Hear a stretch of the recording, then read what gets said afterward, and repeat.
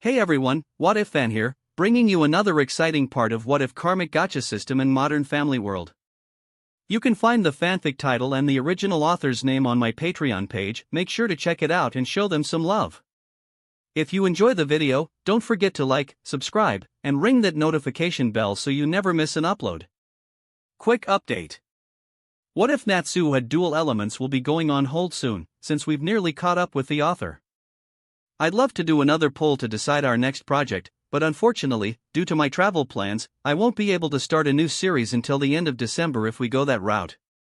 So instead, I've decided that the series which came in second place in the last poll will be our next project.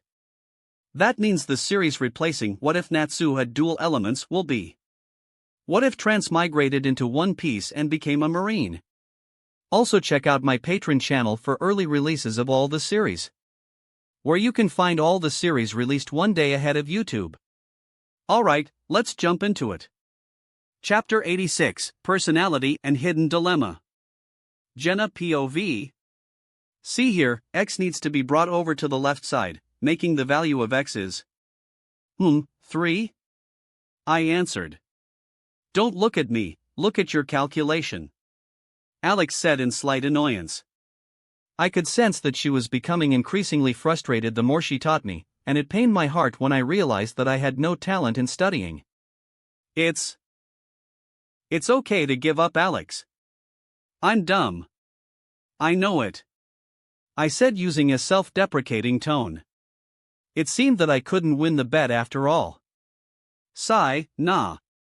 You can absorb things, albeit slowly. I tried to teach Luke before, and trust me, he's the dumb one. What we lack now is time, Alex comforted me before turning the workbook to another page. I smiled wryly and thanked Alex from the bottom of my heart, but I knew inwardly that I should give up on the bet. Not only did I take Alex's precious time to study, I didn't want to lie to myself anymore. With the finals starting on Wednesday, what other options do I have? After all, it's an impossible bet, I thought when suddenly a warm hand touched both Alex's and mine's shoulder from behind us. Arg, oh, it's you. Alex was startled at first, but then she just ignored Ed and said to me, this time, we're going to cover a little bit of history. Are you okay with getting home late? Alex pushed her dinner time backward to help me study, but she was still being thoughtful to me. Or, you can just eat here with me, Ed said, surprising both of us. We looked at him with shaky pupils, making him shrug and said, it's not fun eating alone. Oh, okay. I'm going to text my mom to tell her, Alex said before she grabbed her phone. If you okay with me being here, then I dash. I don't mind. Do you have any allergies I need to know about? Otherwise I'm afraid that I will accidentally kill you, Ed joked. I blushed a little and said while avoiding his gaze, strawberries. Oh. Strawberry allergies. That's rare, Ed said with a smirk before he walked to the kitchen. Hey. You didn't ask me? Alex shouted in dissatisfaction. Don't be so loud, peanut allergy, Ed shouted back. Alex smiled and before she could start with the subject, Ed said, Alex, inside my top right desk drawer, there's a history notebook. You guys can use it if you want.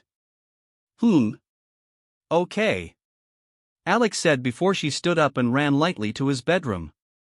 Oh, how I envy her. But, with her gone, only Ed and I were left in the kitchen. I blushed hard in anticipation before turning slightly towards him.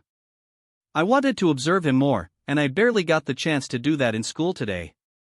My mind was a mess when I saw him skillfully handling the ingredients. The way he seductively takes out a pan, bending over to put things in the oven, his hair flailing around as he chopped the carrot. I swear that my eyes were turning into a love shape like that perverted cook in the anime One Piece we just watched. Ah, so beautiful, I exclaimed unconsciously. Did you say something? Ed turned his gaze from the carrots to look at me and asked in confusion.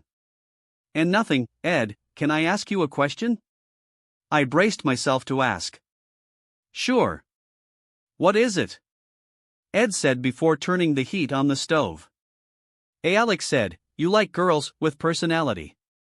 So, you don't look at anything else? That's a hard question. I do look at her appearance too.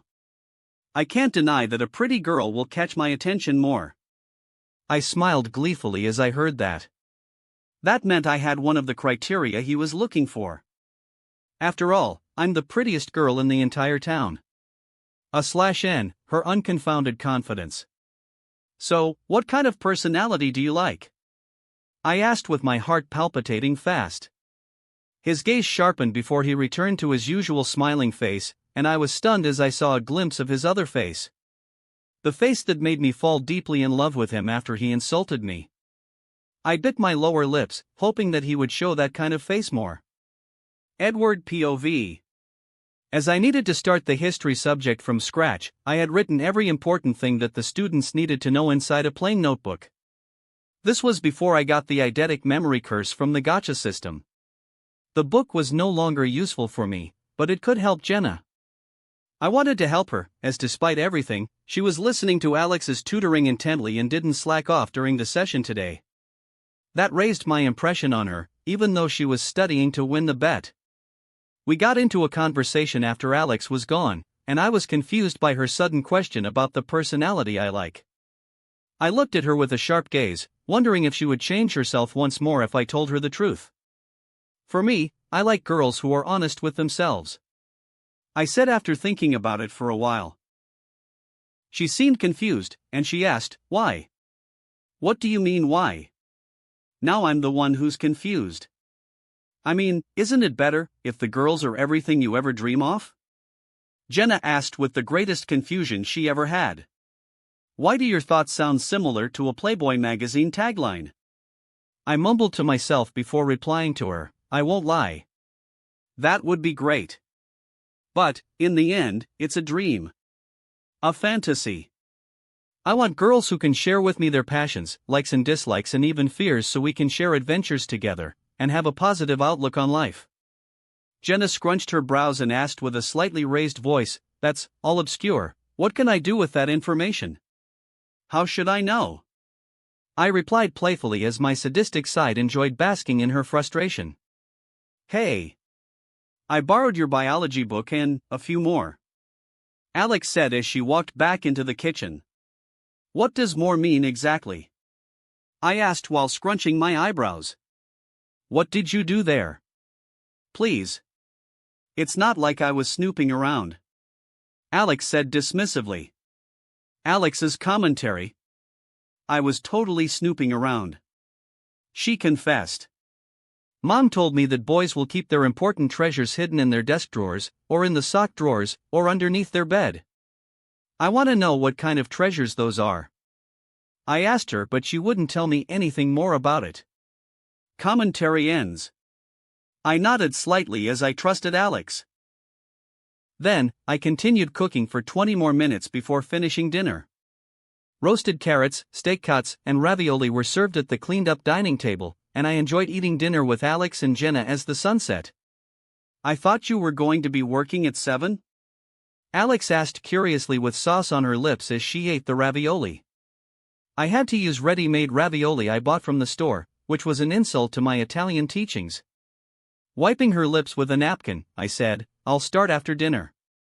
Jenna scowled in jealousy, but she had too much pride to stain her lips like Alex so that I would help her too. She stabbed the carrot with her fork before eating it in annoyance while eyeing Alex and I. Alex blushed a bit before saying, really? It seems to me that you're deliberately dawdling.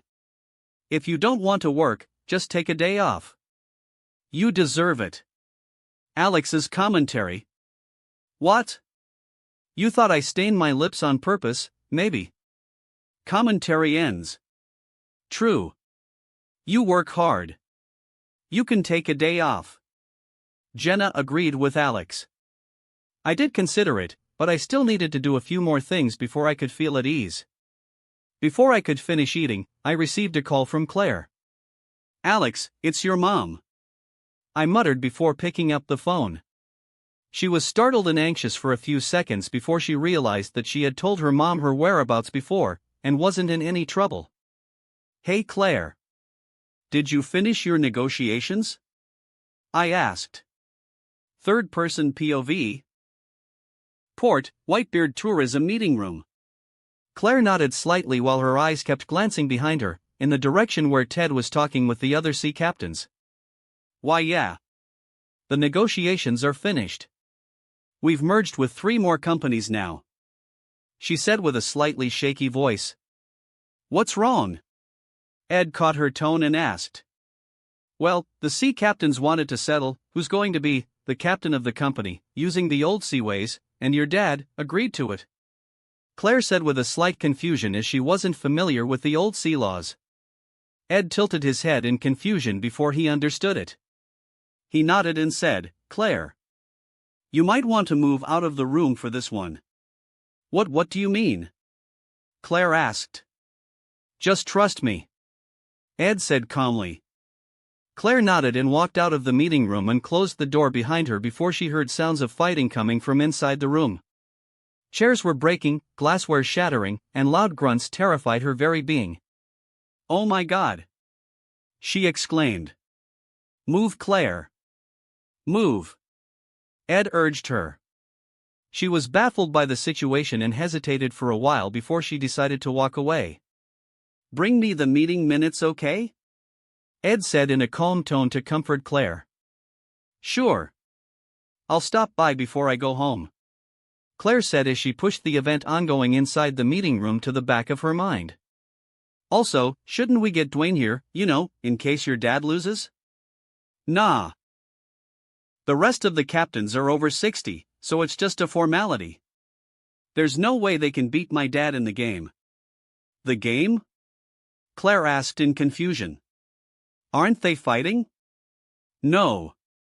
They are arm wrestling, Ed explained. Claire breathed a sigh of relief and finally could calm herself down. Then, she smiled and said, There's still a lot I need to learn in this industry. Ed chuckled and said, Yeah. But don't worry.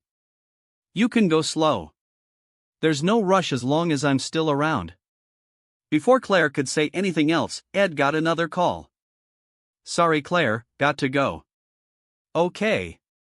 I'll send the details later, she said before ending the call. Desert Studio, Entertain Company. Hi Ed. Did you have a nice rest today? Pepper said in a kind tone after Ed picked up the call. Yeah. Sorry for letting you guys deal with the issues alone. Do you want my help now? Oh no. I'm only calling you to ask if you're okay. Also, we're giving Harvey a 20% raise. That's normal. She was severely underpaid before this, to the point I even wondered if she was just doing us a favor. Ed replied without being surprised. Pepper shared with Ed various pieces of information about his successful debut, and at the end of the call, Ed asked, So, you sure you don't need me to do anything? Of course. Leave it all to us, Pepper said confidently. Edward POV. Deep asterisk. Why do you look so sad? Alex asked after she saw me ending the call. Nah. It's nothing. I guess I wasn't needed after all, I said before changing the subject and getting back to my dinner. Alex shrugged as she couldn't figure out what was going on, while Jenna looked at me with confusion. Tomorrow we're going to study again, Alex said to Jenna. She nodded and said, We'll just meet at the library next time. Before that, here. I interjected their planning and slid my hard drives to each of them. Jenna gulped her saliva while Alex was annoyed. We want to study, not watch anime, Alex retorted. You can do both. Just watch it during your free time. I channeled my inner devil to tempt both of them. Dazedly, Jenna succumbed to the temptation and stealthily put the hard drive in her bag. Alex saw it, scoffed, and did the same thing before saying, We're only going to watch it after the final exam. Why yeah. Or when I'm eating, or before going to sleep. Jenna unconsciously blurted out her true thoughts. I laughed while Alex glared daggers at me. Alex's commentary. I admit that the anime is a good distraction. But it's also poisonous. I need to not let myself be lost in it like today. Otherwise it'll cut my study time short, make me get a B in my exam, lose my top place in school, and have to apply to a normal top university anyway. I can't let that happen. Commentary ends. Alex and Jenna soon left the house, leaving me alone in my living room. I walked to the piano inside the second living room and sat down on the piano chair. I opened the keyboard cover and cracked my fingers, making popping sounds. It's been a while, I muttered as if speaking to the piano. Yuruma rivers flow in you. This is the first time I'm playing this. My fingers skillfully alternated between the keys as I played the song. Inside my heart, a whirlpool of complexity was raging, as my repressed emotions couldn't be held back anymore. After I come here, have I ever mourned yet? I asked myself as I looked upward while my fingers kept playing the song. No. I was a coward. I delved into work, into finding money, and I pushed the acceptance away. But then, I was given the eidetic memory, which turned my life into a living nightmare. Your image that wakes me up from my sleep can't leave me alone as I go through my day. The voice of the only person who accepted me and loved me through my entire life before kept whispering in my ears. I slammed the keyboard, making a discordant noise resounded in the entire house. How pathetic am I? I said with gritted teeth. The windows were pried open by the sudden gust of wind, and it started to shake the things around my living room. However, I ignored the wind as I continued playing. After I got the eidetic memory, I couldn't even forget if I wanted to.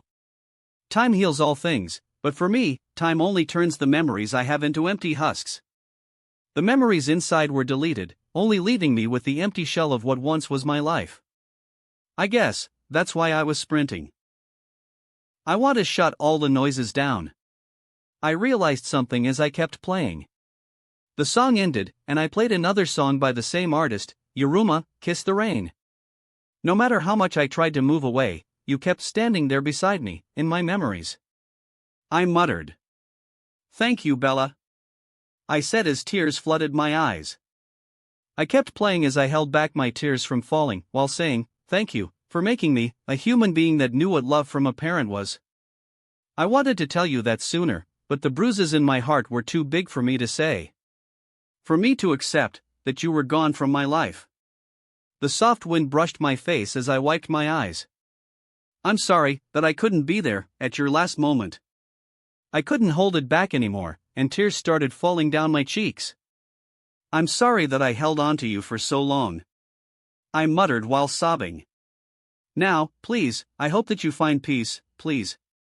I'll always keep you in my memories, I won't try to avoid it again. As if I was talking to her, I tried to smile as I said, I'm happy here, with my new family, they treat me well, although some of them are dumb. I have a complicated mom, but that doesn't bother me much. I have money now. If I were back in the past, then I could help you more with the money that I have now. Suddenly, I felt warmth coming from my back, as if I was hugged by someone. That was when I broke down and couldn't continue playing anymore. I covered my eyes as I sobbed as I accepted the fact that she was gone. She had moved on, and so should I. Third-person POV. As Claire came to Ed's house to send the meeting details, she heard the piano sound coming from his living room. He still kept the door unlocked. I need to lecture him about it, she said angrily as she barged into the house. However, as she walked to the living room, she found Ed holding back tears as he played the piano. She couldn't listen to what he said as the sound of the piano covered his voice. It pained her heart as she heard the melody. Without her knowing it, tears fell from her eyes. She walked to him and hugged him from behind. He stopped playing and broke down while Claire kept comforting him. It's okay, I'm here, we're all here. Chapter 87, Third Gacha. Claire's commentary. Despite how mature he is with others, deep down, he's still a broken 15 years old. Claire said before biting her fingers slightly. She removed her finger, brought her hand to her lap and continued, it's not healthy for him to have periodic episodes of depression, or at least I think that's what it was all about. She lowered her gaze as she fell into deep thoughts. I don't know what happened, what was the cause of it, whether he cried because it's going to be his mother's birthday tomorrow, or because he's relieved that his career change from classical to mainstream music is taking off. Maybe he's feeling under pressure to excel here too, and he broke down because he's finally made it. She raised her head and looked directly into the camera and said, "All I know is that he needed someone to be there for him. And I don't mean his dad. He needs a motherly figure in his life. So I decided to treat him like one of my children." Claire said, despite the fact she had already started treating him like one of her offspring weeks ago. Commentary ends. Edward POV. "Well, that was embarrassing," I muttered as I woke up in the morning. While still laying down on the bed, I recounted the affairs of last night. As I calmed myself down, I went directly to bed instead of talking about it and slept like a log till morning came. To be honest, when I noticed that Claire was there, my heart almost dropped from the shock. That kind of emotional roller coaster helped me to calm myself faster than needed to. I talked with Claire for a while, and she tried to comfort me even though she didn't know why I was crying.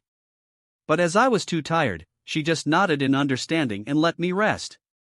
I guess that's why no one disturbed, nor called my phone after the incident. Still, it feels as if I was abandoned. Even Haley didn't start the usual midnight texting session with me. My mind was refreshed after last night, and my spirits were raised after such a long time battling with my sense of loss. I hope that Claire will not tell anyone what happened. Oh hell, why do I even say that? I know for sure she will tell someone about it. What I need to do is to prepare for the aftermath. Finally, I got out of bed and went to take a shower as I needed to go to school today. Curiously, as I was getting dressed, Haley texted me to come to her house to have breakfast with her family. Did Claire plan this? Did everyone already know about it? I thought in concern. If everyone already knows, then I wouldn't want to be there this morning as the memories were still fresh. Why? I texted Haley back. Haley, duh. To have breakfast. What else?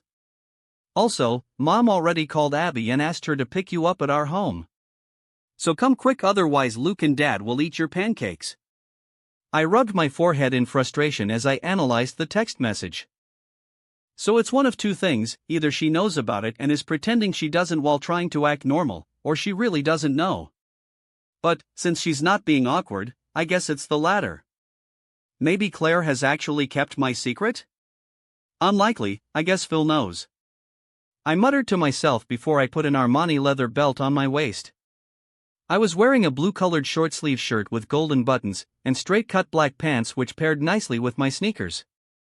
The shirt had a handmade insignia on the front pocket which I made myself. As the weather was becoming hotter, I no longer wanted to wear long-sleeve shirts and opted to wear lighter outfits instead. When I walked to the kitchen, I saw a note left behind by my dad as he had already gone to work early in the morning. It was just a few simple words of affirmations, but my heart felt a sense of warmth emanating from the sentences. I appreciated his effort greatly and muttered, "So, he knows." My cheeks felt hot from the embarrassment. I cursed softly, "Fuck." However, it's also the right time for me to test the "lie to truth" skill that I got last night. How did I get the skill, you wonder? It's from a game of poker that I played last night with a humanoid bunny. Flashback. After I went to sleep last night, I was transported to a white space without me realizing it. Oh. So my mother's birthday counted, damn. I muttered as I realized that the condition for the day of life or death to activate the gacha session was activated. So, what is it this time? I wondered as my eyes flashed traces of excitement as I walked deeper into the white space. However, I suddenly heard the sound of someone shuffling a deck of cards. I turned my head to the source of the sound, only to find a humanoid bunny in a butler's outfit, a monocle on his left eye, and wearing a top hat smiling at me. My instinctive fear of the unknown strikes my heart and I had cold sweats on my back as I stared at the bunny. Are you going to keep looking at me all session? Don't you want your prizes? The bunny said with a childish voice. Who are you? I asked as I narrowed my eyes in suspicion. Gacha is a game of luck. What has more meaning to the game of luck than a casino itself? The bunny said ceremoniously and snapped his fingers. The white space suddenly turned into a casino, filled with numerous intelligent beings and a game of chances inside the hall. He snapped his fingers again, and I suddenly found myself sitting on a chair at the poker game table, facing the dealer, Bunny, in a game of cards. First, let me explain a few rules of the unique gacha. Unlike the various gacha games that have infinite chances for a prize draw, here at the lucky table, you can use your karmic points as bets. 100,000 karmic points to decide where to pull the prizes from. I widened my eyes as I understood the rules, and I couldn't help but want to confirm. So if I bet 100,000 karmic points to draw prizes from the One Piece world, then I could get prizes from that world? Basically, yes. However, although the draws were narrowed, you still have a chance to draw a completely random gacha prize from your poker card. As you know, a poker card has a combination of 8 by 1067 possible prizes. Your bet will narrow 2/3 of that into the universe you wanted to draw your prizes from. And if you manage to draw the cards you wanted, then the bets will be doubled and given back to you. I scrunched my brows as I heard the numbers of possible draws. That isn't narrowing it down at all, I retorted. The bunny shook his finger while clicking his tongue at me. He then said, "My boy, you understand what infinite means, so why are you pretending not to know it?" I laughed a bit and said, "Fine. I understand. Another question, if I increase the betting prize to, let's say, 1,000,000. The bunny smiled eerily and said, "Now you're getting it. The higher your bets are, the lower the probability of the combinations you will get." I nodded and said, "Before that, how can I check how many negative and positive karmic points I have now?" The bunny slides 5 cards into the desk while simultaneously pushing it towards me. I picked one of the cards and opened it to read what was written inside. Edward Newgate. Affiliation, official member of the Afterlife Corps. Current status, singer/gamemaker/inventor. Positive karma, 13, 998, 99.5. Negative karma, minus 500,000.5. I couldn't help but rub my forehead at the number of negative karma I accumulated. As my reputation soared worldwide, so did the numbers of karma I received from my influence on people. Why is this happening? I asked with a frown while looking at the negative karma value. The bunny sneered and said, "Try to remember your previous life. Was all the influences from a celebrity positive in nature?" "Ah, you mean," I blinked my eyes twice in realization. "Some will be influenced positively, some will take it the wrong way." The bunny explained simply. "I see. Many groupies would postpone fighting for their future as they were rooting for me, some may even develop fanatical obsession, some may destroy their relationship with their current/future partner because of my influence. That's pretty sad." I muttered. "That's human," the bunny said. I throw the matter to the back of my mind before asking, "How come I don't have special value gacha roll in here?" The bunny smiled evilly and said, "The casino would only be open to an agent who surpassed 10 million accumulated positive karma. The hundreds of karma gachas are only for poor people. However, you will still be deducted 666 karma points if you manage to draw your betting prize." I stared at the bunny with an inexplicable expression before I sighed and said, "How about the Grim Reaper? Can I still donate karma to him?" "You can still do it, but I advise not to do it until at the end of the session. Otherwise, you might not have enough points." The bunny ended his sentence with a Shinji-sanji tone as he mocked my poorness. It couldn't be helped as I was a newbie at this part after all. Despite the fact that I could see a few other people inside the casino, I couldn't register their faces into my memory even though I could see their faces clearly. There were also a few people sitting next to me, playing the same game that I was going to play. "You don't have much time. Why don't we start with the first draw?" the bunny urged. I furrowed my eyebrows and said, "How did you measure the time I have left?" "By the strength of souls. Players, place your bets," the bunny said. "Okay then." I muttered as I knew I couldn't get the answer from the greedy bunny, so I placed my bets. As I imagined how many points I wanted to bet, a white poker chip appeared on my hand. I threw the chip to the bunny and said, 500,000. The year 2050 in my previous world. "Nope." The bunny inexplicably threw back the chip to my hand. Why not? I asked in frustration. You cannot have anything related to your previous world. So try again. You cannot get One Piece's ending using this method. I sighed and thought for a while before throwing the chip back at him. Captain America. So Marvel Universe. The bunny said, and he laid down the 52 cards smoothly in front of me. Pick 5 of them. I nodded and I picked the King of Heart, Ace of Heart, Queen of Heart, the Joker, and 7 of Spades. There isn't any specific combination for the card. It's just based on his luck. Oh, so close. The bunny exclaimed, and the 5 cards I picked merged into one of them. Special ability prize, Captain America Enhanced Digestive System. What the dash, I muttered. Congrats. You won the bet, and now, you won't ever have diarrhea. The bunny mocked before returning 2 chips to my hands valued at 500,000 positive karma points each. Players, place your bets. The bunny exclaimed once more. I merged the 2 chips together and threw it at the bunny. 1 million points for everyone else as a returnee universe. The bunny changed facial expression for the first time in the session and muttered, "That's why weebs are dangerous." I smiled at him, making him more annoyed. Pick your cards. The bunny said, and the cards were laid out in front of me again. I picked 5 cards, and got 3 ace cards and 2 queens. You're a very lucky man. The bunny said with vigilance. The cards merged and turned into skill, Uilin, rest. Oh! I exclaimed in bewilderment as I got the card that I needed the most right now.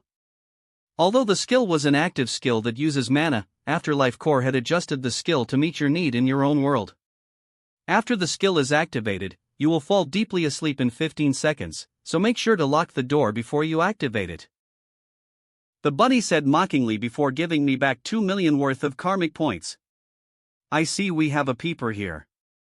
I'm only 15, you pedo. I said, making the bunny stunned speechless. Next, I threw only 100,000 worth of karmic points to the dealer. Afraid are we? He mocked. Nah.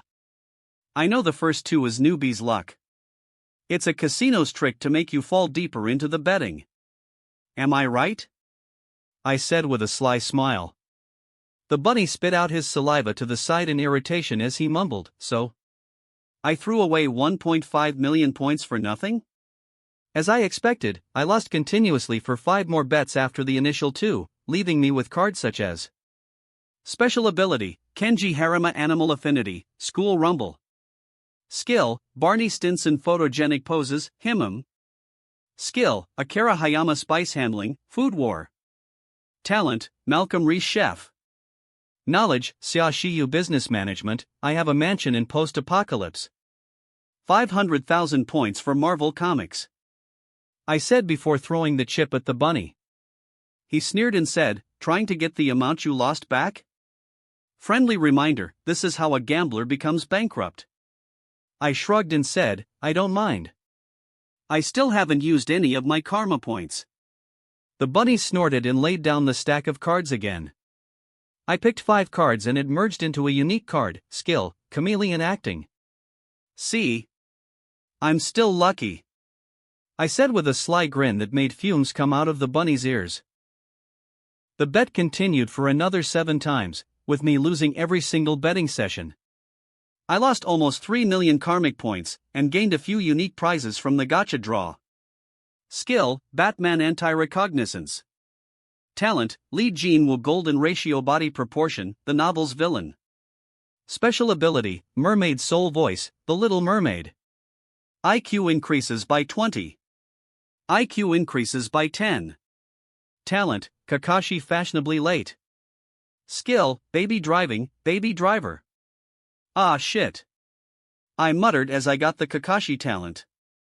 This will cause a lot of trouble. Ha ha ha.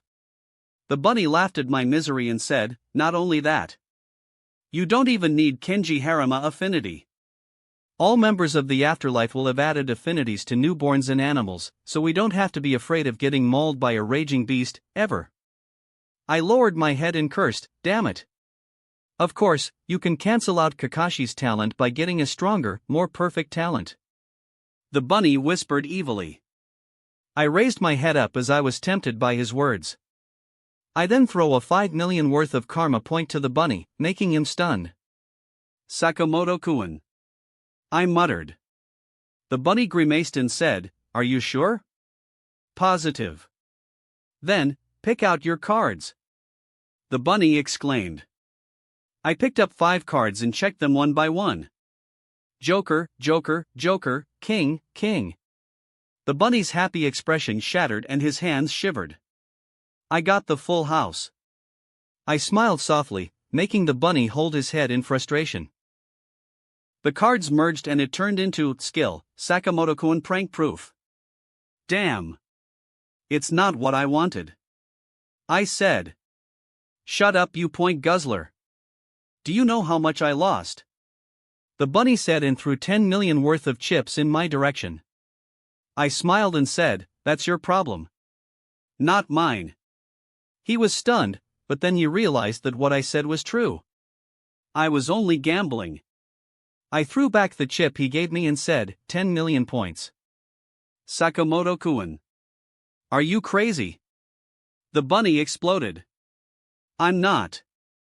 It's just, there's something else that I really wanted. Fuck. The bunny cursed before making the cards appear again. I picked 5 cards and smiled. Ace, 2, 3, 4, and 5. So I got straight. The bunny almost fainted and the card merged into the winning prize, skill, 7 language proficiency. English, German, French, Italian, Japanese, Mongolian, Korean. Damn it. Still not what I want. I cursed while the bunny looked at me with a spooked face as he threw 2 million points worth of chips in my direction. You should place your bet on another dash. 20 million points on Sakamoto-kun. The bunny gave up and said without any emotion, "Okay. You win. You win. Take it all then." I picked up the cards and read them. A king. A queen. An ace. A joker. And lastly, a 10 of heart. So I got the royal flush right? I said with a kind smile, which made the bunny's knees weak. The cards merged together, and I finally got the prize that I wanted. Special ability. Sakamoto-kun exactly on time. Also, I got 40 million karma points. I added, which made the bunny fall to his knees. He had to be changed with another dealer, a female bunny in his sexy bunny's outfit as he was too depressed to continue. I played the game for another 5 times as I know the gacha will change its appearance when I come here next session. As the previous gacha said, the method of drawing prizes was totally random. It was just that I had good luck to stumble into the casino this time. At the end of the session, I eliminated my negative karma and donated 10 million karmic points to the Grim Reaper, freeing him from his imprisonment. However, I still have millions of positive points even after I did that, and I didn't know what to do with them. You cannot keep the point with you and bring them back to the real world. With no bad karma and tens of millions of positive karma, you will become the second coming of Jesus, or a saint when you go back. The new dealer said. So what should I do with it? I asked. There's an option to store karma, but it's only for 5 million values. The rest will be destroyed before you go home. The bunny said. I see. Then, how about donating them? I asked. You want to donate all of them? The bunny asked in confusion. Yeah. Just donate it to the unfortunate people in the multiverse. I would rather it be put to good use instead of being destroyed. I said. I'll contact my superior and ask him about it first. The bunny said before walking away. While she was gone, I checked the new prizes that I got after the dealer changed. Skill, Bruce Wayne trained Playboy character. Knowledge, Lex Luthor image management. Memory, Kai Ling school level education, Mass Effect. Year 2170. Skill, Kenichi Karate, first year, history strongest disciple. Charisma increase. Charisma increase. Jiang Chen mutated immune system, same as Xiaoxiyu. He's immune to everything from poison or any infectious diseases. Even deadly ones. Special ability, God Usopp Lie to Truth. The dealer came back soon after, and she said, management decided that your intentions are pure. Therefore they decided to respect your choices and let you donate the karma points. Pure? I said, confused. The bunny gazed directly in my eyes and said, we can see through a person's soul. No lies or hidden intentions could escape our sight. If you plan to donate the karma point with a hidden agenda, then we would have rejected your request mercilessly. Ah, I see. Okay then, I guess my time is up, right? I said as I could sense the force pulling me back to the real world. Yes. You have a good haul today. Enjoy your new life, Mr. Newgate. There won't be any sessions till months from now, so we won't meet again. And as you donated the karma point with a pure heart, you won't experience any discomfort as you assimilated the prize you got today. That's awesome. So I won't pass out again. Garchu. I mean. Goodbye. I disappeared from the casino in a rush and returned to the real world. After I woke up, I was invited to the Dunphy's house for breakfast as I was dressing up. I looked in the mirror and found that I had grown 3 centimeters more, making my height reach 178 centimeters. My eyes seemed clearer and I noticed a change in my temperament as my charisma increased.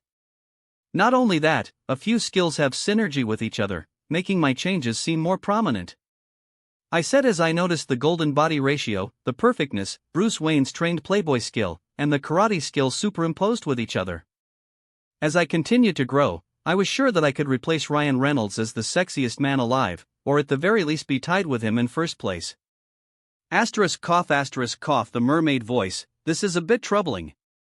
I said as I tried to use the soul voice, but the strain it put on my vocal box was too much. I need more practice with it. Not only that the skill was on par with the siren's temptation, but a mermaid's singing had a more positive impact on the soul. It'll take me years to master this skill, but I wasn't in a rush, so I would go at it slowly. Now, I hope that the lie to truth could help me face the breakfast ordeal today. I muttered as not only the skill would let me concoct a more effective lie, there was a slight chance that what I said was the truth. I didn't realize it then, the ability was completely useless if I used it in front of people with common sense. It could only be used to trick some idiots. However, my impression of the godly character Usopp Kuen made me think that the ability was a good one. My misunderstanding also occurs from the fact that the gacha draw this time didn't show the level of quality for the prizes I got. If I could see it, then, lie to truth, would only be a white rank special ability. Not knowing I was cheated by Usopp, I said in full confidence of the ability, hopefully I won't create a fucked up future if I use this. Chapter 88, Tribute, Part 1. Edward POV. I walked to the Dunphy's house without wearing a cap or a mask to hide my identity. My walking pace wasn't hurried, therefore some joggers didn't even pay attention to me as I passed by. Of course, maybe they don't even know me. After all, I am a just debuted artist, on par with general nobodies in the business, I muttered to myself. If any of the aspiring singers heard what I just said, I might be beaten up by them. After I got the Batman skill, I knew for sure how to avoid people recognizing me instead of behaving super suspiciously inside a neighborhood where everybody knew everybody unless the person was your other street neighbor and you could see each other's house through your backyard. Hey, good morning. A friendly, bald black man in medical scrubs greeted me as he passed me by while walking his daughter's dog. Good morning, Andre. I greeted him before passing him with a friendly smile on my face. He treated me like a usual passerby and had to pull his cute Pomeranian away from me as the dog was attracted by my animal affinity. The orthodontist stopped a few steps later and muttered to himself, "Wait. Who is that? Why does he know my name?"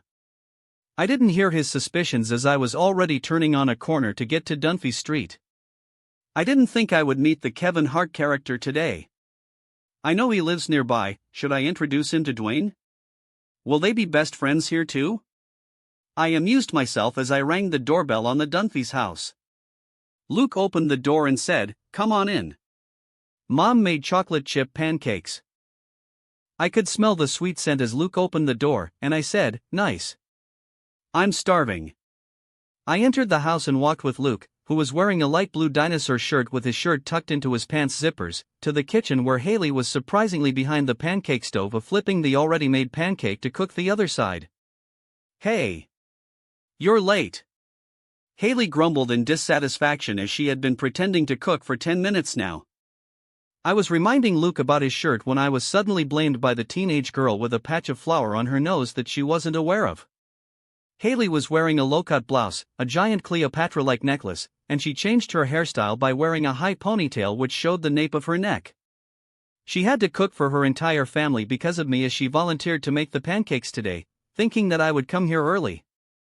"There was a cat stuck on a tree," I said, shrugging dismissively at her temper. "Oh. That's okay then." Haley accepted the excuse on face value without even having any suspicions about my words. She returned to the stove and stacked up a 10-layer chocolate chip pancake on a plate. "Damn, this skill is OP. I thought wrongly." It was actually Kakashi's fashionably late ability that helped. However, I was still influenced by my impression of Usopp. "Here," Haley said before giving me the pancake tower. I picked up the plate with both hands and said in disbelief, "Wait. This is all for me?" "Yes," Haley said before putting butter and honey on top of the pancake. "Hey, not fair. I only got 2. Luke exclaimed in shock after he saw his sister's generosity. "Shut up. You had cereal." Haley gritted her teeth as she admonished Luke before pushing me on my back, "Go sit down and eat. I need to make a few more for Dad and Alex." Helpless, I walked to sit on the dining table while being glared at by Luke. "No. Not there," Haley shouted before I could sit. I stopped halfway awkwardly and turned to look at her. "Why?" I asked in confusion. "Go sit next to Luke," Haley ordered without explaining. I shook my head and obediently walked next to Luke and sat down. Here, I could get a clear view of Haley while she was cooking, so I had no objections. Although the patch of flour distracted me from looking at anything else.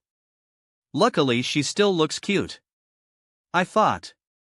Haley smiled as she looked at my face, and no longer continued to pretend to be a good cook as she half-heartedly made the pancakes for the rest of the family.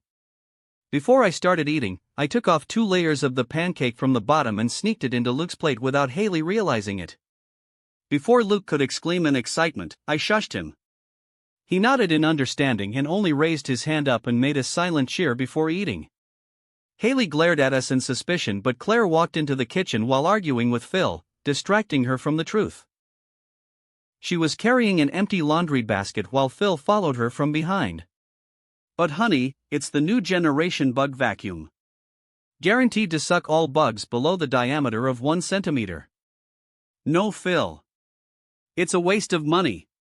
If you find a spider in the bathroom, just call me. Oh, good morning." Claire greeted me awkwardly as she noticed I was inside the kitchen. I paused for a while and warily said, "Good morning." I studied the other people in the kitchen's facial expression, but no one had the same awkwardness while seeing me as Claire does. "Ed. Bug vacuum. Deal of the century or what?" Phil's eyes lit up as he saw me and he almost ran to the dining table to talk to me. I smiled at him and said, "That's okay, I guess. But I like the salt shotgun more." "Salt shotgun?" I nodded and said, "Yeah. It's a gun, but it shoots salt. So you can role-play Western movies while vanquishing your enemies. Claire interjected quickly, "No one is vanquishing anything." Claire's commentary. How could he change so much in the span of a night? He seems like a man or a kid, unburdened now. Although I'm glad to see him being cheerful, I'm also afraid that he's only putting a fake mask on his face and repressing his emotions. I know, he is a smart kid. Therefore, I didn't tell anyone about last night's affairs, in case he marked me as someone he couldn't trust. Claire planned skillfully before muttering, "Well, when he's moved on, then I will tell people about it. And take credit for his happiness," but she wouldn't admit to this.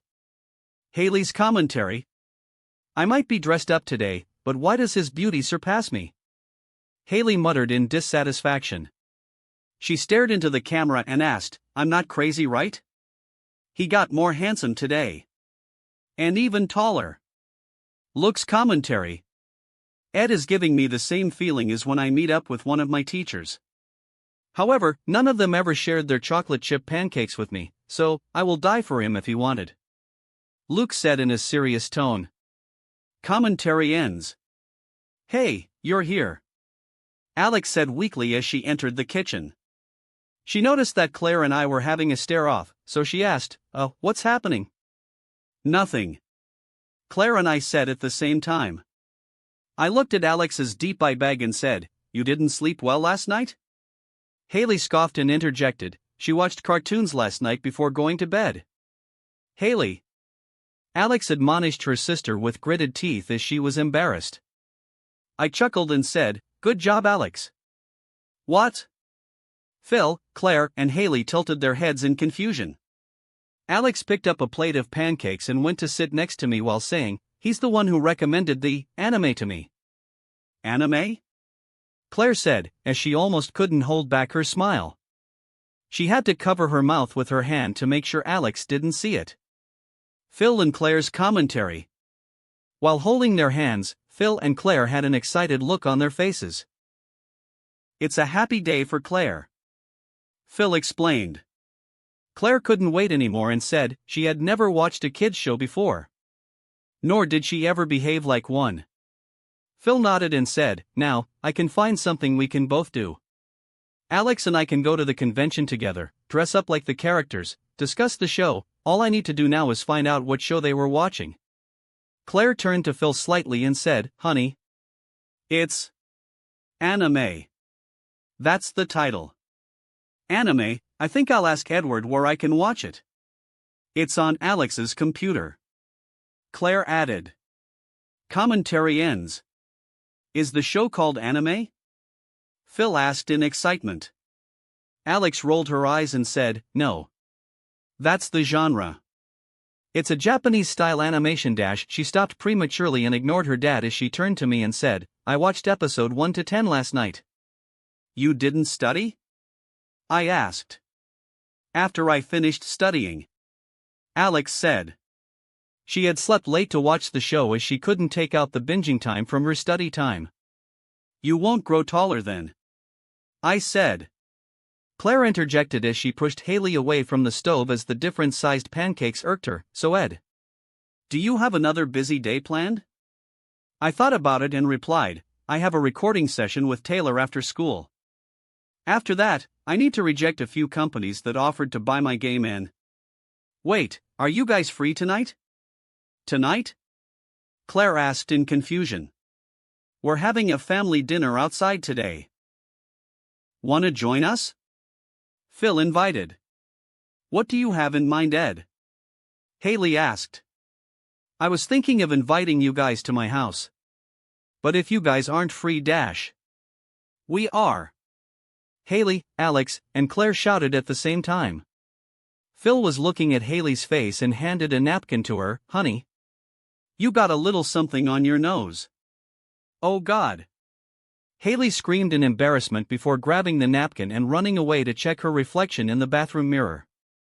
Are you cooking? Luke asked with a face full of chocolate chips. I turned to him and said, Yes. I will cook Italian food, but first I will need to go shopping for garlic bread, tomato puree, cooking wine, and meat. Then, I mumbled to myself, and definitely not going to take a scooter to buy it this time.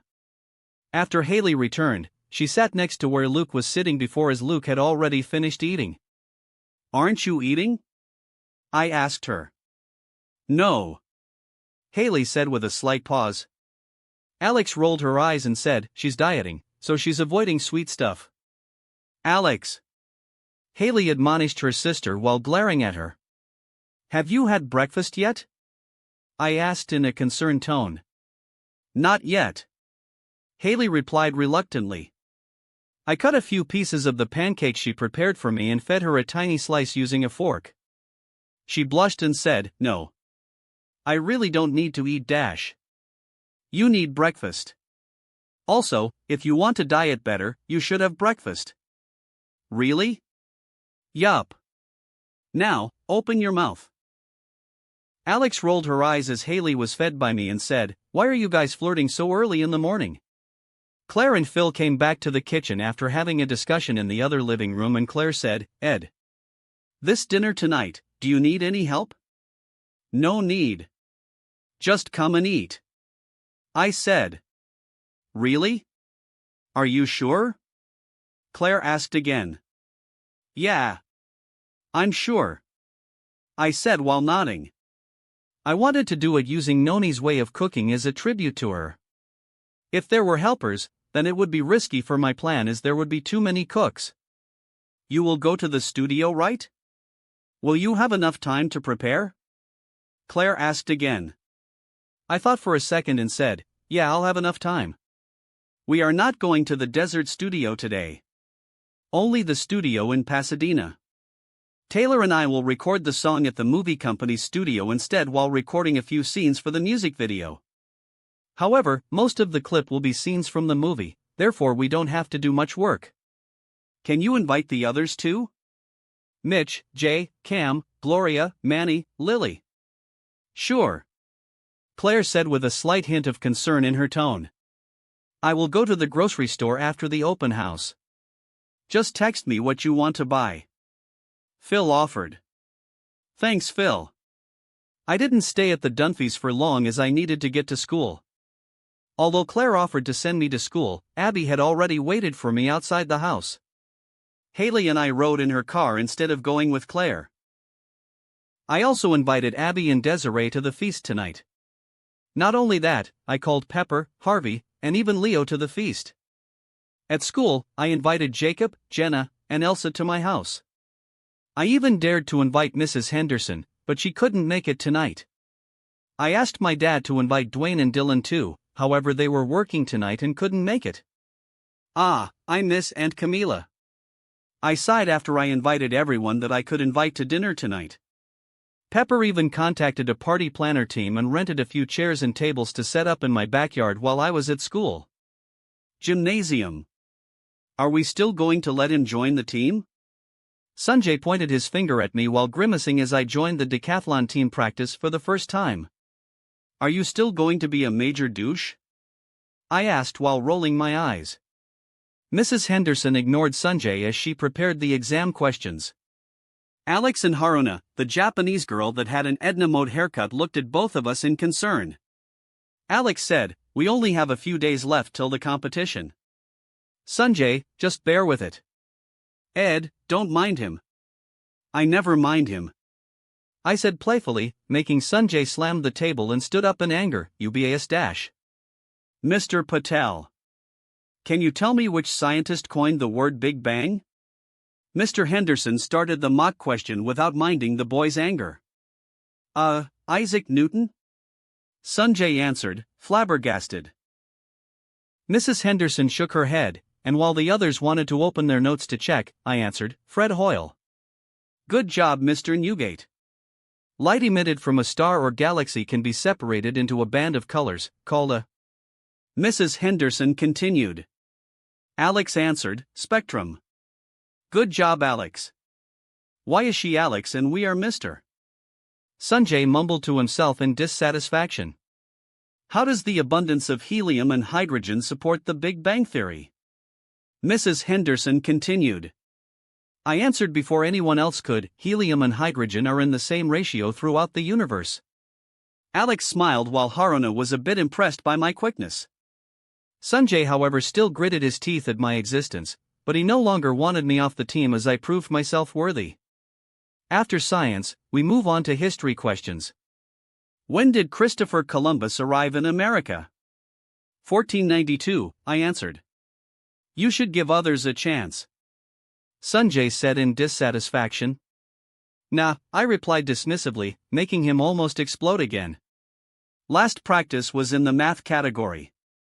There, we needed to solve a few complex equations together before answering it. However, I could answer all of the questions by myself without any help from my teammates. Therefore, Mrs. Henderson placed all of her trust in the math category on me. After school, I went directly to the movie studio driven by Abby in her car. She also stayed behind to watch the shooting while waiting there to drive me home. Hey! You promised to cook something for me, Taylor said the moment she arrived at the studio. I smiled and replied, sure.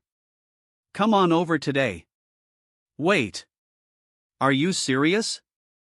Taylor asked, visibly excited by the invitation. She leaned in closer and whispered to my ear, do you want me to come alone? I'm inviting a few close friends to have dinner together. A lot of people will be there, I said before she could finish her words. Oh! Taylor exclaimed before her expression turned downcast from the disappointment. I thought you were only inviting me. She whined. I smiled teasingly and said, Pepper is going to be there, so. She rolled her eyes and said, okay, fine. I understand. I laughed and we recorded the 2 as better than 1 music video clip together. It took less than an hour for us to finish the recording, and only an additional 20 more minutes for us to record the soundtrack in the recording studio. I got back home at 4 p.m. and entered the kitchen without even changing my clothes as I needed to cook. Phil already delivered the groceries while I was at school, so I could start anytime I wanted. Are you sure you want to do this alone? My dad walked by and tried to take a baby tomato from a bowl beside me. I hit his hand with a wooden spatula and said with an Italian accent, Non. Go sit in front of the TV. I got this. Why Italian? Dad asked in confusion. In a normal voice, I said, I'm cooking Italian food. It's normal. Ed. You haven't been normal since you were 1 year old. I was baffled by his nonchalance and insulting his cute son and turned to the fridge to take out a few more ingredients. Oh, and by the way, I invited Desiree. I said. Dad flinched and his eyes shook before he slumped his shoulders and walked away. What is going on with you two anyway? Are you really dating? I asked before he could exit the kitchen. He stopped at the threshold and said, Nah. We've discussed it, but it's not right. However, she still wants to flirt, so I just have to put up with that. Basically, she's using you as a practice target. Basically. Yes. If anyone else heard it, they would be convinced that we were truly father and son as they could see how dense we were. As I wanted to make my own pasta, suddenly the doorbell rang. Ed, I'm in the toilet. Dad shouted from afar. Okay, I'll open the door. I shouted back before wiping my hand and walked to the front door. I was surprised when I opened it, mainly because Claire, Gloria, and Cam were already here 2 hours early before the gathering time. We're here to help. You didn't think we would let you do it yourself, did you? Claire said with a sly smirk. Chapter 89, Tribute, Part 2. Edward POV. I raised my brow as I heard Claire's statement. However, as I saw their excited faces, I sighed helpless and said, okay, fine. But we're cooking it. My way. I invited them into the house and went directly to the kitchen. Where's Phil and Jay? I asked as I know Mitchell hadn't gotten off work yet at this time. Phil is going to Luke's school. He was in a fight. Claire said, a bit concerned by her youngest child. Gloria widened her eyes and said pseudo-shoutingly, that's crazy? Jay also went there because Manny was in a fight. Wait. Both of them are fighting? Cam asked as he tried to snatch a cherry tomato from the bowl in front of me. I gave him the same treatment as my dad and smacked his hand with a spatula. Ignoring his yelp in pain, I said to the ladies, wait. They are in a fight, and you guys didn't go there? Gloria and Claire looked at each other guiltily before Claire took the bullet and replied, Phil can take care of it. Gloria and Claire's commentary. Well, I went to Gloria's house to pick her up, but then, something unexpected happened. Claire said anxiously. Gloria was relaxed and was leaning back on the couch. She said, Claire told me that he cried. So I want to help. No. You found out on your own. Claire said, hinting at Gloria to follow her script. No. You definitely told me. I opened the door, and you told me he cried. Gloria replied casually. I wanted to go to Manny, but Jay said he could take care of it and I want Manny to be closer to him too, so I didn't go this time. Gloria added. Claire suddenly realized something. She turned to Gloria and asked with a whisper, You don't think Luke and Manny were fighting each other, do you? Gloria widened her eyes at the realization and her jaw dropped as she looked around anxiously. Commentary ends. While narrowing my eyes at them, I said, Really? You guys not going there and shouting at the school principal makes me wonder if you guys have any ulterior motives in coming here. We don't pick a fight everywhere we go. Claire admonished me. Gloria nodded at her, but I found their objection pretty funny as it differed from everything I knew about those two. However, if Luke and Manny were really fighting with each other, then that means I have stumbled into the beginning of the next episode. But they were not at Jay's house, nor was there a football game on right now. The football match Jay watched in the series has already passed. When Claire found out about Gloria's past, and how she used to drive a taxi to support her son as a single mother, her opinion on Gloria had changed, thus she started to reach out to her more. Gloria wanted them to become a true family, and she admired Claire, who was now working a new job as she took care of her family. They easily became friendly with each other and their friendship continued to grow every day. So I guess the episode won't happen anymore. I muttered as I continued to roll the dough to make my own pasta. Ed, do you have a pasta strainer? Cam asked as he walked behind me with a bowl of water in his hand. Down there, I said and pointed to the kitchen rack behind me. Of course, if you just got the store-bought pasta, you wouldn't need it, Cam said smugly before he accidentally tripped on his own foot and fell down on the floor. The bowl of water he held splashed into Gloria's direction, but she managed to avoid it. However, the water splashed into the electrical socket, short-circuiting it and generating sparks. The socket caught fire while the kitchen light suddenly went out. Claire ran to the fire extinguisher hurriedly and put down the fire before Cam could even get up from the floor. Cameron. What did you do? Gloria said while she helped him to stand up. I wanted to help, but my hands were filled with the flour. I stepped on something slippery. Cam said before he checked his shoes. But there was nothing there. However, both women already accepted his excuse without even confirming his excuse. Hey! The power's out. My dad entered the kitchen and said after seeing the situation there.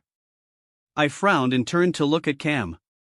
He noticed it and looked away quickly. It's okay. We'll bring this all to Gloria's house, Claire said before turning to Gloria. Okay. You can cook there. I will text the guests to come there. Gloria agreed easily and even helped carry a bag of groceries before walking to her car with Cam. Sigh, what's wrong with my luck today? I wondered. I was dragged to Claire's minivan instead of riding with my dad after Claire gave my dad a flimsy excuse of wanting to talk to me about work in private. My dad had to agree to Claire's wish as he basically had no defenses against tough women. I was sitting next to Claire, who was driving, and said, So, what do you want to talk about? I don't have many questions. I just want to know how you are feeling right now. Claire said. Is this because of yesterday? I asked with a bit of annoyance in my tone. She nodded and said, I'm worried, you know. You suddenly burst out crying like that. And now, you suddenly want to cook for people. Claire. Try to remember what I was doing before I cried. I asked her while preparing my excuses.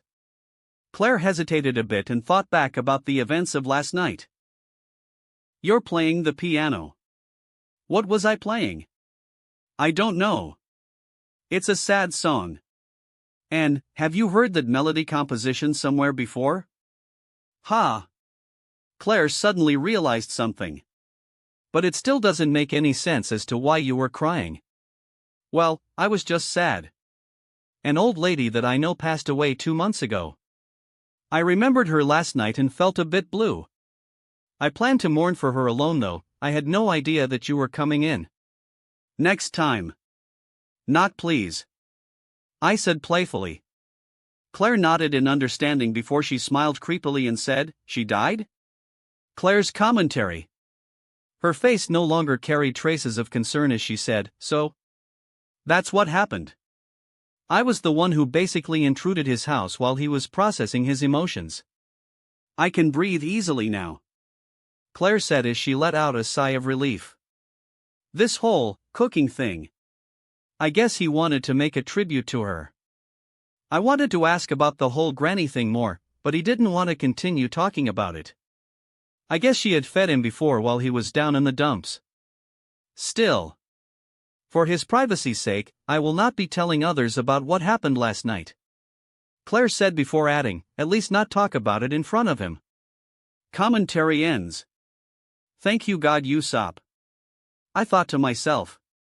I could imagine the guy giving me a thumbs up while smiling and flashing his shiny teeth to the universe as he appreciated my gratefulness. Wait. You invited Taylor to your house? Claire asked, flabbergasted as I told her about the guests. Yeah. She's bringing Selena too if she has free time, I answered casually as I texted the teenage pop star. Claire was stunned and asked carefully, "Are you guys, no? You guys ain't dating, right?" "Nah. We're just close friends," I replied before putting the phone back inside my pocket. She looked at me with non-believing eyes, but I ignored her. Sure, Taylor and I did it before, but it wasn't like there's anything romantic between the two of us. When we arrived at Jay's house, the dough was already ruined, so I had to use ready-made pasta instead.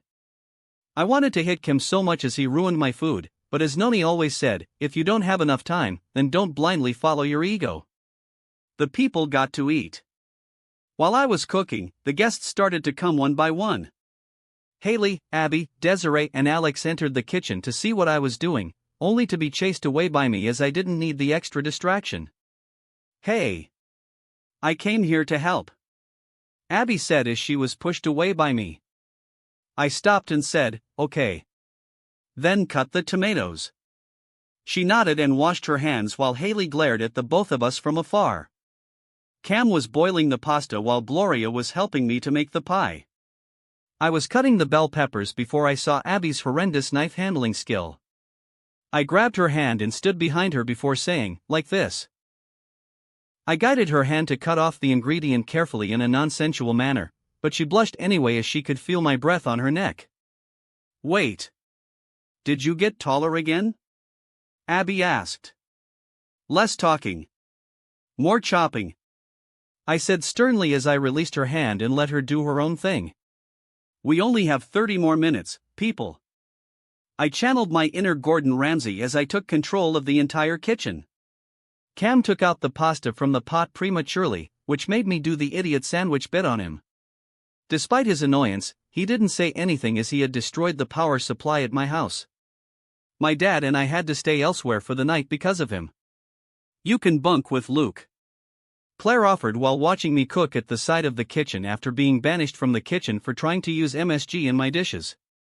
"No. His room smells," Alex interjected. Haley was excited and whispered, "If he can't stay there because of the smell, then he can drag the bed into our room dash."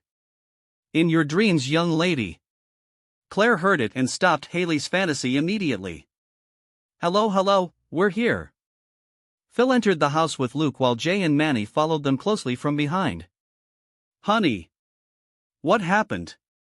Claire asked Phil while Luke stood beside his dad looking all guilty. Phil replied, These two knuckleheads were fighting each other." Jay interjected while bringing Manny with him. Apparently Manny called Luke his nephew, and Luke doesn't know what those words mean, Jay said carefully before looking at his grandson in pity. I noticed the event of the episode currently going on and turned to look at the group. Phil brought Luke and Manny together before saying, "Now, in light of what happened at school today, if you have any feelings you'd like to express, this is the proper forum dash." Jay interjected again and took over from Phil, holding each of the kids' shoulders. "For God's sake. Alright, both of you now, in this family, do we kick and punch each other, or do we love each other?" Luke and Manny answered reluctantly, "Love each other." "That's right. Jay said and punished both of them by smacking them at the back of their head. I'll be in the den, Jay said gruffly and walked away. Claire shook her head as she saw her dad's simple conflict resolution method and turned to look at Phil, who seemed a bit hurt that his father-in-law had stolen his spotlight. After releasing a sigh, I continued to finish cooking. With my new talent, an irresistible smell started to spread from the kitchen that made everyone's nose twitch in happiness. I underestimated him, Cam said as he rubbed his sore hand from being smacked by a spatula a few times as he tried to change the recipe or sneak something inside the food. Claire, Gloria, and Cam helped me to set the dishes on the table while I greeted the guests that just arrived. Taylor gave me a light hug as she entered the house while saying, "It smells good." So good that I'm now wondering if it was really cooked by you. Of course it was me. None of the other people in the house have my skill, I said smugly, earring and eye roll from each of my assistants. Mitchell arrived while I was talking to her, but he couldn't enter the house as Selena and Taylor were blocking the entrance. Excuse me. Mitchell tried to gain their attention, but I was talking to Selena at that time and didn't notice him. I'm glad you came. I'm sure my food will be even better than Amelia's. Selena chuckled before sliding her stray hair back to her ear and said meekly, "Don't remind me. I got into a lot of trouble because of that day. My agency kept trying to get me to seduce you." "Oh. Then, I guess I'll look forward to that," I replied playfully. Taylor narrowed her eyes in anger at her friend's blatant attempt at flirting in front of her before she hugged me by the shoulder from the side and glared at Selena. "He's mine to seduce," she said jokingly but with a thinly veiled threat in her tone. Selena ignored Taylor's hostility and said, "Too old." I swear I could hear Taylor gritting her teeth, but she turned to look at my face and said, "It seems that I must teach someone a lesson." "Don't go overboard," I said before I finally noticed Mitchell, who had given up trying to pass us and was now enjoying the drama. "Mitchell, why don't you just come inside?" I asked in confusion. His excitement disappeared as soon as he noticed my comment and was quickly replaced with a sense of non-existence. He slumped his shoulders as he muttered to himself, "I tried." Jacob arrived soon after, but Jenna and Elsa couldn't make it to dinner as they had prior engagements. Pepper and Harvey would be a little late, so they asked us to eat first instead of waiting for them. Third-person POV. As Edward went to set the table, Taylor and Selena were drinking a glass of sparkling water standing up in the living room. Suddenly, they bumped into Haley and Abby, who were having a conversation at the pool table, and they eyed each other as they whispered to their friend about something. "Is it me? Or did it suddenly turn cold here?" Manny shuddered as he walked past the group of girls. "Haley." No. Abby tried to stop her friend, but it was too late. Haley had already walked toward Taylor. "Hey. I like your hair. It's so brave. It actually shows a lot of confidence to go that curly," Haley said, complimenting Taylor in a clear passive-aggressive way in mocking tone. "Hey. You must be Haley, right? Ed's best friend?" Taylor enunciated while feeling self-aware of her curly hair. Abby sighed and walked to Haley's side to back her up while Selena was amused about the whole pissing contest. "I'm so jealous. You're so tall." I wonder though, do the guys you date need to wear heels too, or do you only go for those that like to look at the sky? Haley added with an innocent smile on her face. Taylor giggled and said, "Like Ed?" Haley gritted her teeth and said after finding her smile, "Nah. Ed is fine with whatever size, despite how small it is." Taylor checked her chest in embarrassment and said, "Hey, quick question, does your push-up bra hurt your back?" I've been thinking about it for a while now, but I still can't commit to using filling. It's good to see some people just go for it.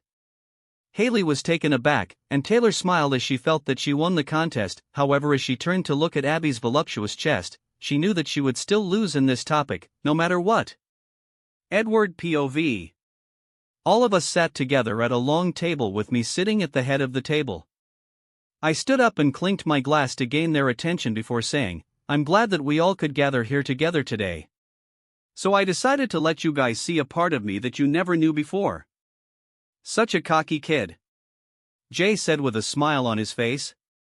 While I was lost before, I met a kind grandmother who showed me that sometimes, there's light, even at the darkest place. Francesca Isabella De Luca. You were a wonderful grandmother, and while you may have passed on, your memories will always live on within me. Thank you for your sacrifices, your care and concern, your love, and everything that you have done for me. Wherever you are, I know you are in a much better place. I will be forever grateful and thankful that I got to call you, at least for a while, my grandmother. Cheers! I said while raising my glass up. Cheers! Everyone raised their glass and cheered before the feast began. /N, you guys might wonder if Ed is exposing his secret as a transmigrator. But he's not. This kind of gathering is actually normal, even when you don't know who the dead person was. It's a tribute to her life, and to let the dead person know that there will lives within those who remember them. Hey, why don't you get a drink? Jay asked my dad after he saw he was only drinking water instead of scotch or wine at the dinner table. Feeling a bit embarrassed, Dad replied, well, I decided to drink less from now on. Ted POV. In the 2 years I wallowed in self-pity, surrendering myself to the temptation of alcohol and even becoming an addict, I failed to see my son's need during this period of time. I was grateful to the grandmother who took care of my son after I failed him before. She surely had a massive impact on his life, and I regretted that I could never meet this wonderful person while she was still alive, but most of all the fact that I will never get to truly thank her. I should stop drinking for good. I vowed to myself, and to my son, that I would be a better father from now on. Edward POV. Oh my God. I can't stop eating. Luke said as he slurped the pasta in his mouth. His face was full of sauce, earning a disgusted look from Manny who was sitting beside him. Can't you eat, like a human being? Manny muttered. On another part of the table, Taylor had to eat warily as the big man in front of her kept staring at her. Cam couldn't believe that he was sitting at the same table as his favorite artist, and now he could only stare at her while he waited for her to finish eating. Sensing his intentions, Taylor ate the food extremely slowly to avoid having a conversation with the suspicious man. Ed.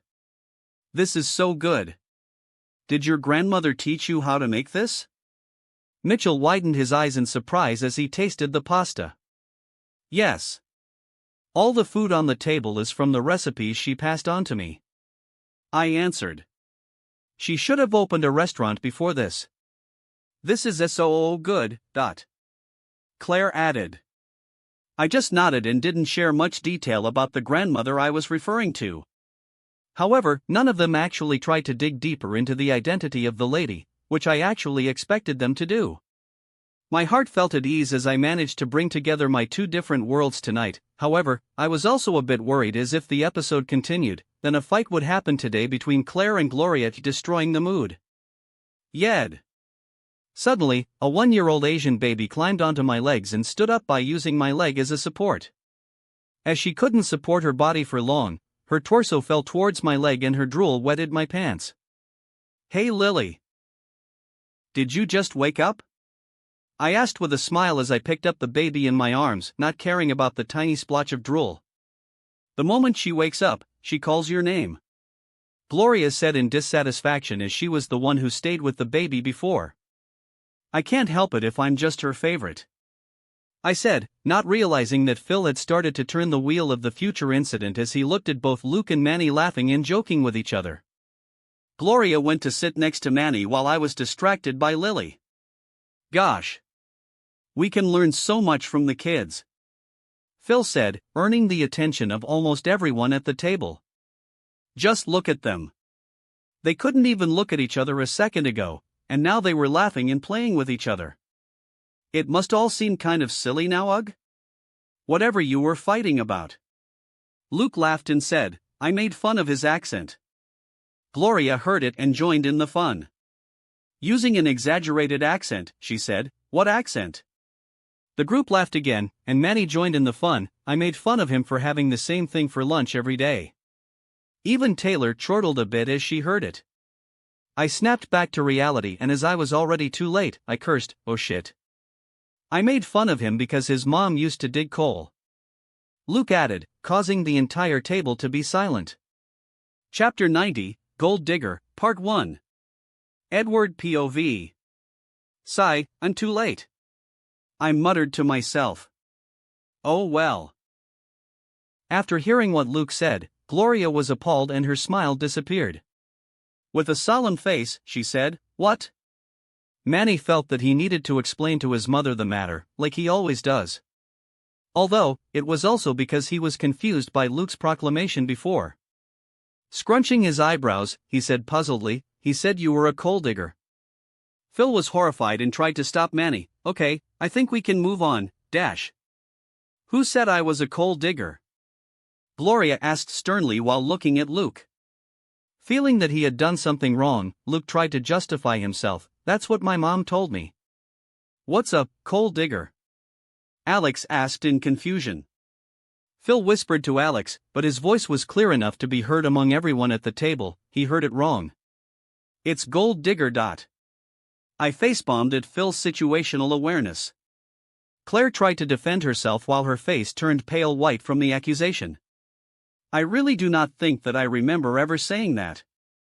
"Well, you said it in the car, you said it at Christmas, you said it in the Mexican restaurant." Haley, who was sitting next to Luke, closed his mouth immediately as she sensed the hostility in the air. "Okay, Mr. leaves his sweatshirts at school every day, suddenly remembers everything." "Thank you," Claire said in disbelief as she tried to defuse the situation using humor.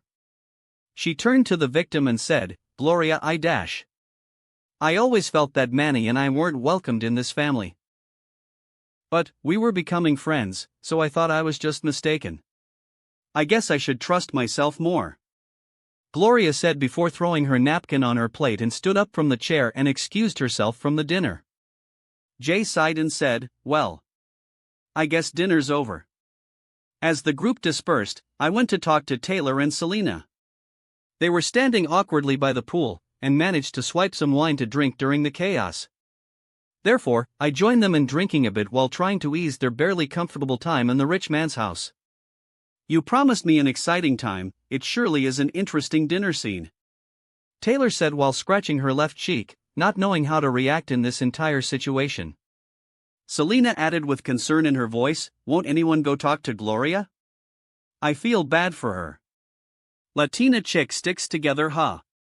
"I think so too, but if there's anyone who needs to go and fix the problem, it should be the perpetrator," I said calmly as I knew how the episode went. However, I had an edging feeling at the back of my mind that asked me to go and do something. "Claire?" Selena asked curiously. Her eyes lit up in intrigue as she saw my still calm demeanor while everyone else was treading on eggshells around each other. "No. Phil," I corrected her while trying to figure out what went wrong in this episode. Claire's commentary. With a regretful face, Claire said, "If I say something everybody's thinking, does that make me a mean person? Or does it make me a brave person?"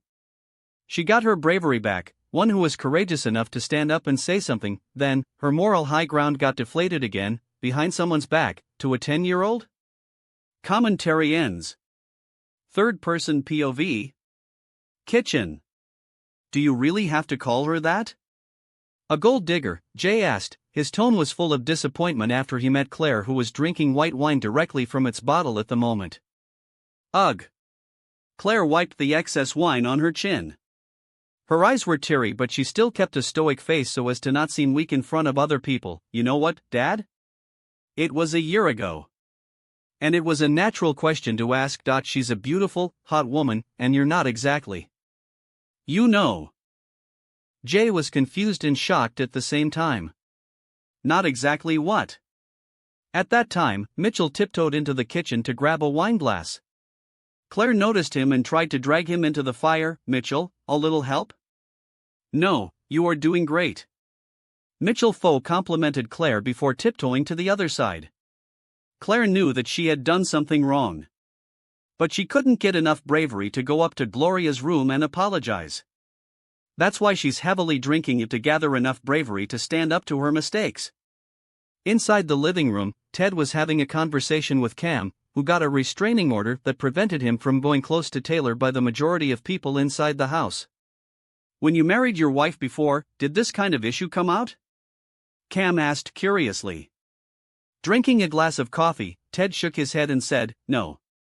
My family accepted her the moment they laid eyes on her. Of course, her being so much richer than me makes the family have no misunderstanding whether she wanted to use me or not." Wait. Your ex-wife is rich? Cam asked, leaning closer to Ted. Yeah. Her father used to be the Prime Minister. Ted stopped abruptly and looked at Cam with a concerned expression. "I shouldn't say that." Gloria's bedroom door. Gloria. Come on. Talk to me. Phil tried to make Gloria unlock the door after knocking for a few times. No. Go away. Gloria chased him away, but her usual calm voice hinted at a sobbing mess despite how hard she tried to hide it. The only people she could lie to believing she was okay was only a naive person who took everything at face value. Gloria. Since you need space, I'll give you a moment, Phil said before he walked away. Before long, Manny came knocking at the door. However, her mother asked him to go play with Luke. Next, the second closest person to Gloria in this family approached the locked bedroom door and said, "Gloria." It's Alex. Gloria stifled her sobs and said, "Alex. I'm fine. I know you're not. But I don't think I can make you feel any better.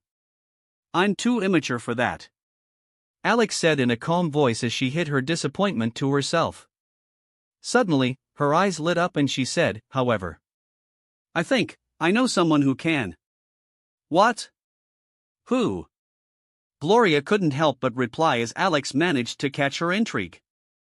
"Be right back," Alex said before she went running down the stairs. She almost bumped to Haley, who exclaimed, "Hey! Watch where you are going. That damn brat." Haley cursed as she saw Alex ignored her before she walked toward her group of friends. They were watching a football rerun, and Jacob was hooked on the TV because he couldn't watch the live match before. "Jacob. Is that really your dad?" Desiree asked in disbelief as she saw the Viking-looking rough man who was the team's coach. She leaned toward Jacob unconsciously as she felt something uncomfortable under her bottom and had her hand down there to find the cause of it. "Yes," Jacob replied while swallowing his saliva.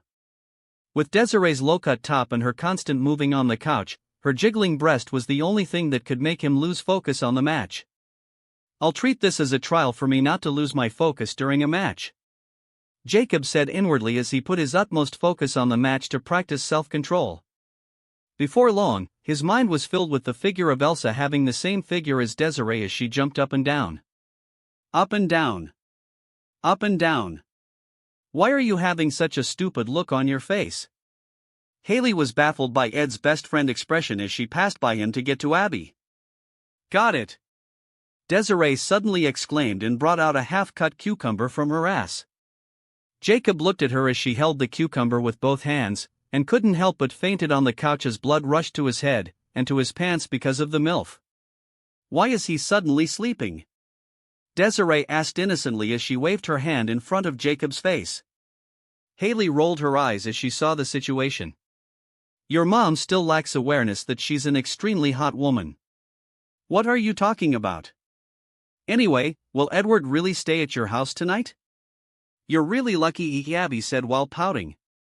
Haley was in disbelief and asked, "Is that why you were so silent from before?" "I was just joking."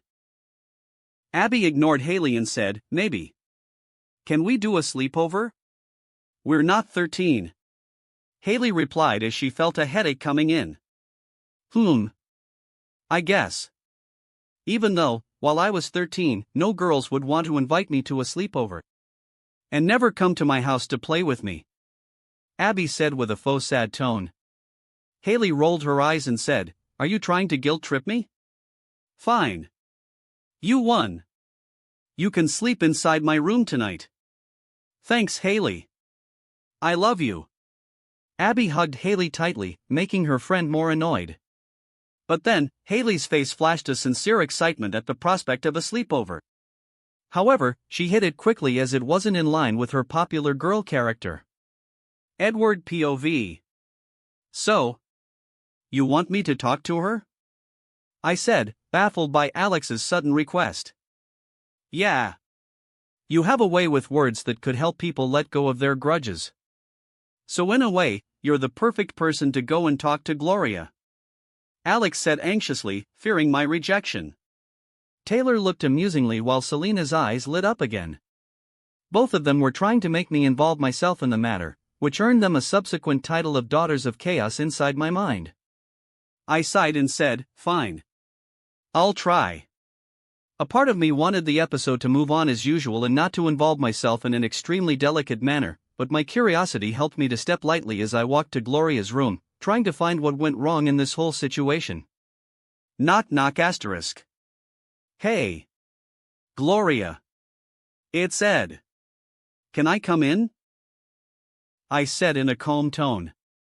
Alex was hiding below the stairs and widened her eyes as she saw Gloria open her door to let me in. I mouthed my disbelief at her, but Alex anxiously gestured for me to go in quickly. I walked into the bedroom and closed the door, but I let it remain unlocked this time. Ed. I'm sorry I ruined your party. Gloria said with a sad tone as she sat down on the edge of the bed. Nah. It's all right. The party's boring anyway. I joked, making Gloria display a slight smile before she went heartbroken again. How are you feeling?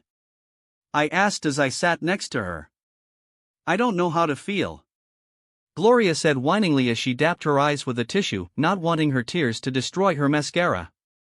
I sighed before I acted like an innocent boy as I asked, don't you remember the first time we met? You make the joke that Jay is rich too. Yeah. But I didn't call myself a coal digger. Gloria replied after thinking for a while. Her mood was a bit complicated right now after she remembered the meeting. True. It hurts, right? Not getting the trust from the people who's becoming your family. Gloria nodded and looked at my face, feeling a bit relieved as someone understood her. From the beginning, I feel that Manny and I are not welcomed in this family. Wherever the family gathers, we will just talk by ourselves most of the time. But it did become better, right? I added. She nodded again and said, Alex was the first to reach out to me. Then, she slowly included me to the other while they were talking. Yeah. Alex is usually an outsider herself, so she knows how you feel. You'd been married to Jay for only 8 months, right? Jess, yes. I think, you're not that hurt because you were called a gold digger, so much as the word comes from Claire, right? Gloria scowled and said, whenever I meet with Claire, in the beginning, she will make this kind of face. Gloria imitated Claire by pursing her lips a little and tilted her head at a 45 degrees angle, showing a condescending look to everyone who could see it. Oh my God. That's so Claire. I said while laughing a bit. Gloria couldn't help but chuckle and said, yes. She makes this face a lot, doesn't she? Her eyes twinkled in realization, but she still couldn't bring herself to forgive Claire yet. She does. I said while nodding. In fact, for the first few meetings where I was getting to know her daughters, she acted like I'm going to steal them away. Gloria laughed and said, you should steal them all away. But she paused a bit and whispered, but you shouldn't hurt them, okay? I was baffled by how the conversation got to this direction, so I grabbed the steering wheel and brought it back to the main topic. I saw a shadow standing in front of the door and knew that it's time for me to let the main character take the lead back. Look. I could try to defend Claire. But it'll work better if you hear it from someone who has been living with her for decades now. And apparently, he has a lot to say to you too. Who? Gloria asked in confusion. Come in, Phil. The door is unlocked. I said in a loud voice. Phil knocked on the door before he opened it and asked, Gloria. Can I come in? Phil's commentary. Claire likes to say, you can be part of the problem or part of the solution. Well, I happen to believe that you can be both. Phil said with a cocky smile. Commentary ends. Listen, Claire feels terrible. She's downing white wine straight from the bottle. Why don't you talk to her? Phil said, trying to placate Gloria to ease her anger. Gloria couldn't help but get defensive. She stood up and said, "Why? I know what she thinks, a gold digger." I know she said that, but that was a long time ago, before she even knew you. Phil said as he sat next to me. I should go. I said. No, Ed, stay. Both people said at the same time. For Phil, he was glad I was there to be the buffer in the conversation. For Gloria, she wanted me there as I could understand what she was feeling. Therefore, I was stuck in an awkward situation there. Does Jay buy me nice things? Yes, of course. All beautiful things. Look at this. Gloria walked to her clothes drawer and started to throw away her underwear to Phil in mine's direction. Yellow, red, blue, all the colors, do you think I can't live without these? Take them away, Phil. Gloria said while holding several underwear in her hand. Phil sat there obediently even though he was buried with the underwear. I lost my sight as a yellow underpant was stuck on my head, but unlike Phil, I took it off almost immediately. Phil lost his focus as he felt the soft sensation of the satin underwear in his hand. Gloria, we all know you'd be fine without underwear. I mean, we know it's not about that. Creepy Phil. I retorted. It's about me not being accepted by my new family. Gloria interjected. Ed knows what I mean. Phil looked at me while I just nodded at him. But, it wasn't the case right now, right? After all, your family is already fully accepted, am I right? I interjected, causing both Phil and Gloria to be taken aback.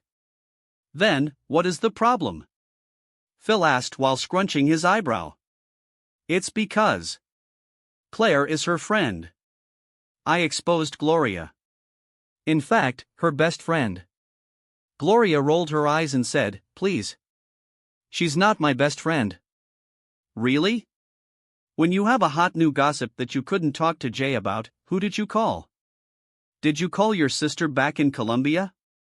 Sonia doesn't even have a phone. Gloria said with a hint of derision. Then, is it Cam?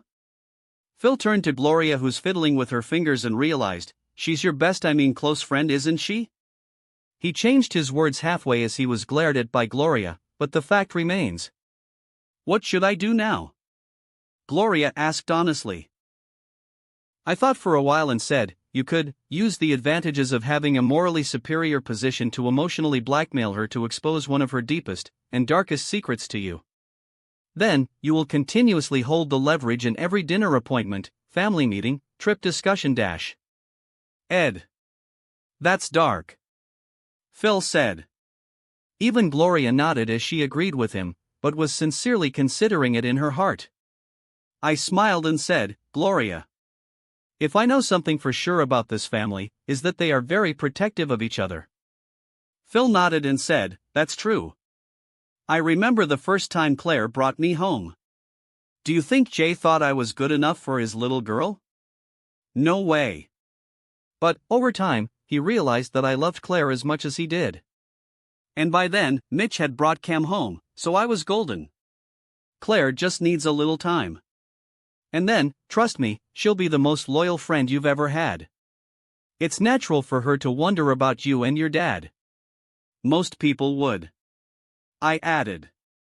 You're a 10, and Jay's a 3. Gloria chuckled a bit and said, he's at least an 8. See? If you're not in love with him, I don't think you'll give him something higher than a 5. I joked. Suddenly, there's a knock on the bedroom door. Gloria. Come on, let's talk about this. Claire said from outside. Before Gloria and Phil could react, I said, Claire, I'll help you enter the bedroom, if you act out the scene from Notting Hill. Claire was baffled and she asked incredulously, are you serious? Phil wanted to say something, but I cupped my hand over his mouth and signaled Gloria with my eyes to let me handle it. Yes. Use your own words. Don't be afraid to use real emotion. Claire tried to avoid it. Ed opened the door. She tried to open the door, but it was locked again. Come on. Do you want to come in or not? Claire was silent from outside the door. I heard a sigh and then she said, fine. I'll do it. Gloria, I'm not here, just as a member of a family, I'm also here as a friend, Claire said with some embarrassment. However, it soon disappeared as she got into the role. I know, it'll be hard for you to trust me again. But, don't forget. I'm also just a girl, standing in front of another girl's bedroom, asking her to. She was too embarrassed to continue and said exasperatingly, to just let me in. I opened the door while smirking, and Claire rolled her eyes the minute she saw me. She walked inside and saw Phil, who was covered by Gloria's underwear, and was speechless for a moment. That wraps up this part of What If Karmic Gacha System in Modern Family World. Thanks so much for listening. As always, new parts drop every 4 days, so be sure to stay tuned. Quick reminder. What If Natsu Had Dual Elements will be going on hold soon, since we've nearly caught up with the author.